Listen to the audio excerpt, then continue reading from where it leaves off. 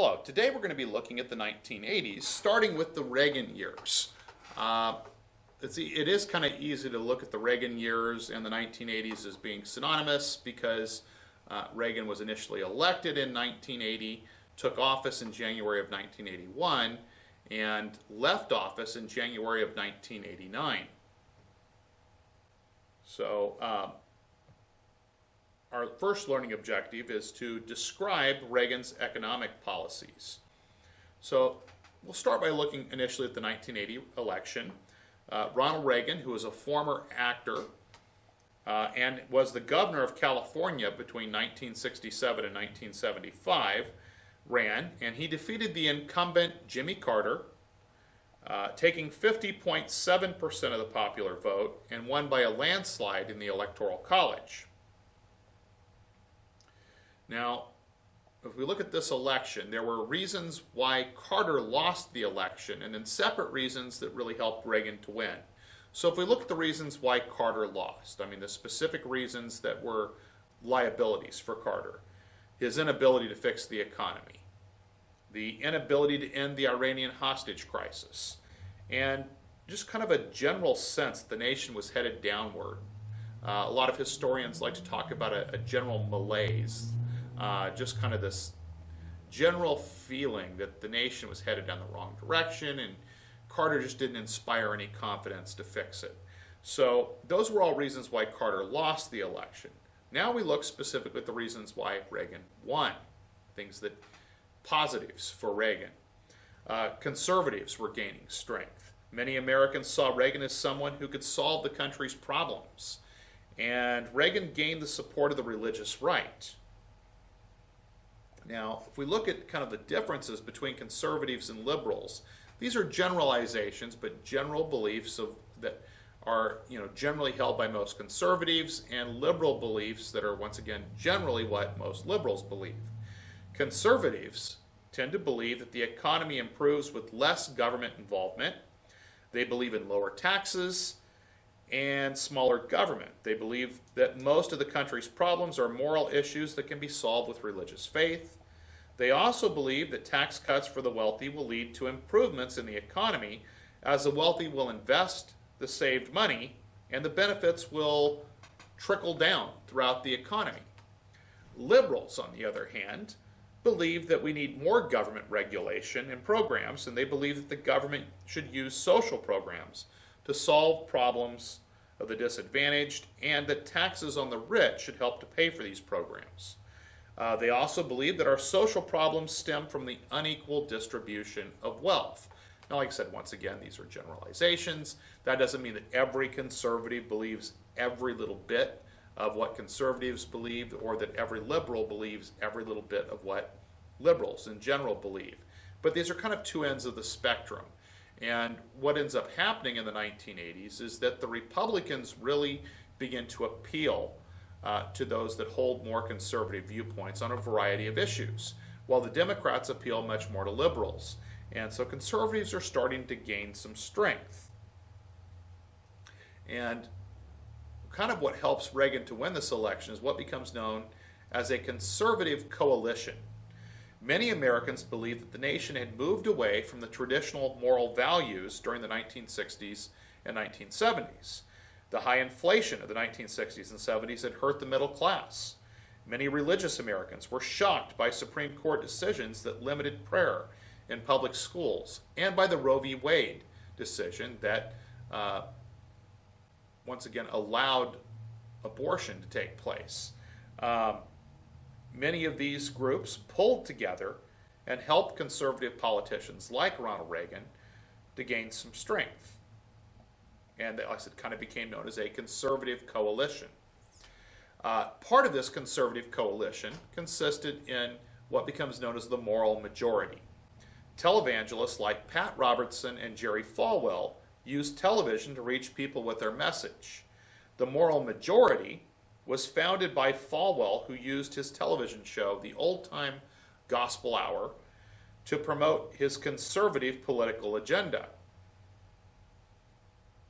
So Reagan ends up winning the support of religious conservatives and support of economic conservatives as well.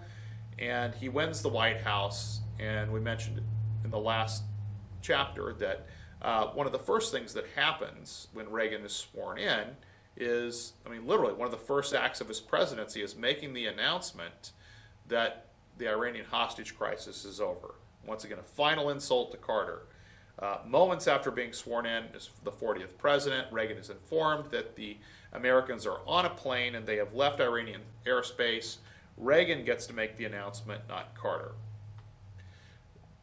Early in his presidency, Reagan also survived an assassination attempt. On March 30th, 1981, just 69 days into his presidency, Reagan was shot by John Hinckley Jr.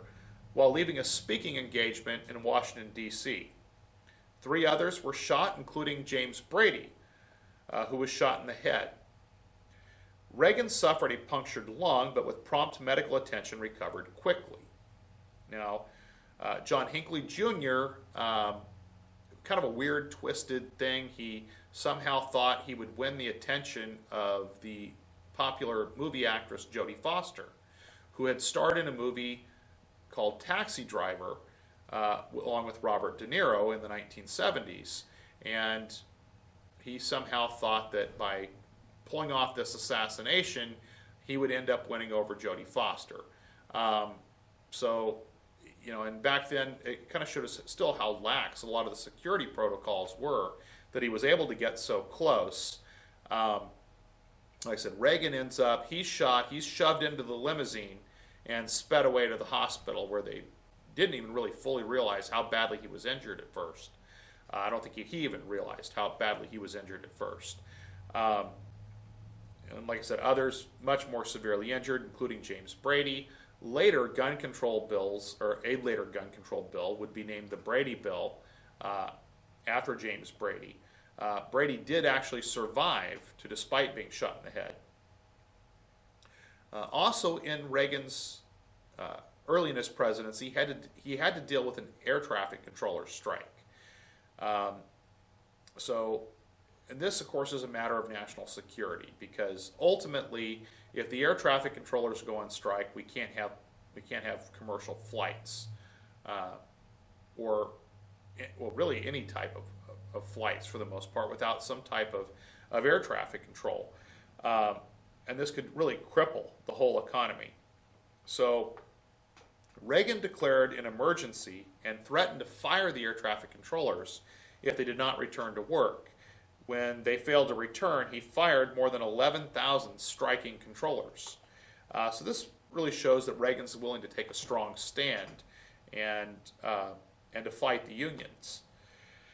Reagan also becomes associated with what becomes known as Reaganomics. Reagan believed that the economy would grow when marginal tax rates were low enough to spur investment. He employed supply-side economics. Critics labeled this trickle-down economics. Once again, the idea is you cut taxes on the wealthy, with the idea that as the wealthy benefit from these tax cuts, they'll invest that money into the economy, and then everybody will benefit. It'll stimulate the economy. Reagan attempted to cut government spending for social programs. Reagan increased government spending on defense because he believed in peace through strength. The increased defense spending caused deficit spending, which meant we were spending more money than we were taking in.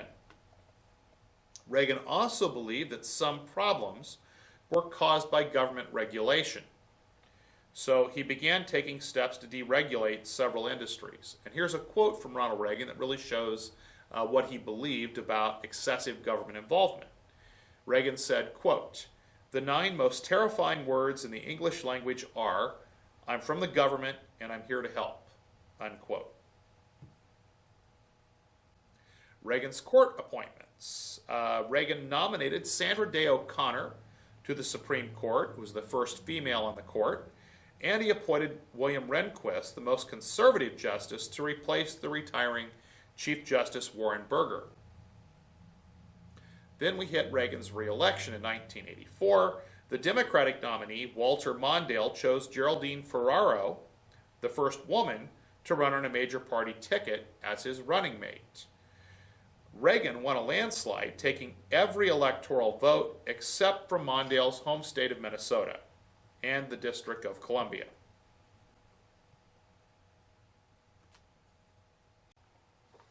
Hello. Today we're going to explain how Reagan handled the Cold War. Reagan's policy was kind of known as peace through strength. Reagan engaged in a new arms race with the Soviet Union. Reagan believed that the U.S. needed to be strong as a deterrent to communist aggression.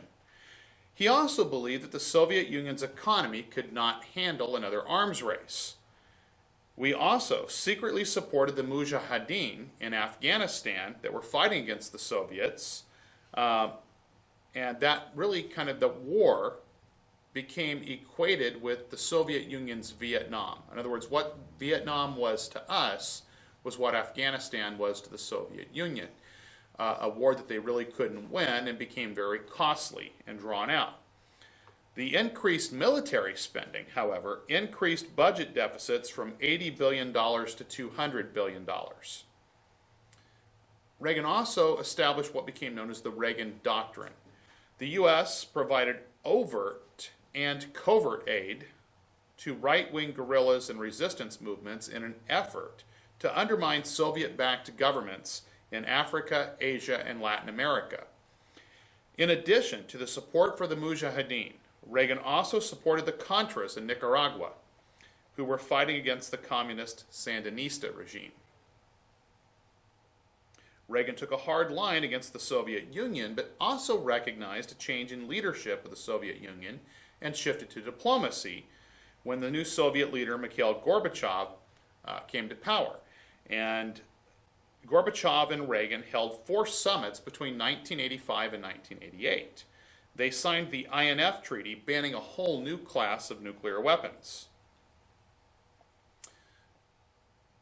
Reagan also is known for his Berlin Wall speech, where Reagan said, quote, "General Secretary Gorbachev, if you seek peace, if you seek prosperity for the Soviet Union and Eastern Europe, if you seek liberalization, come here to this gate. Mr. Gorbachev, open this gate. Mr. Gorbachev, tear down this wall," unquote.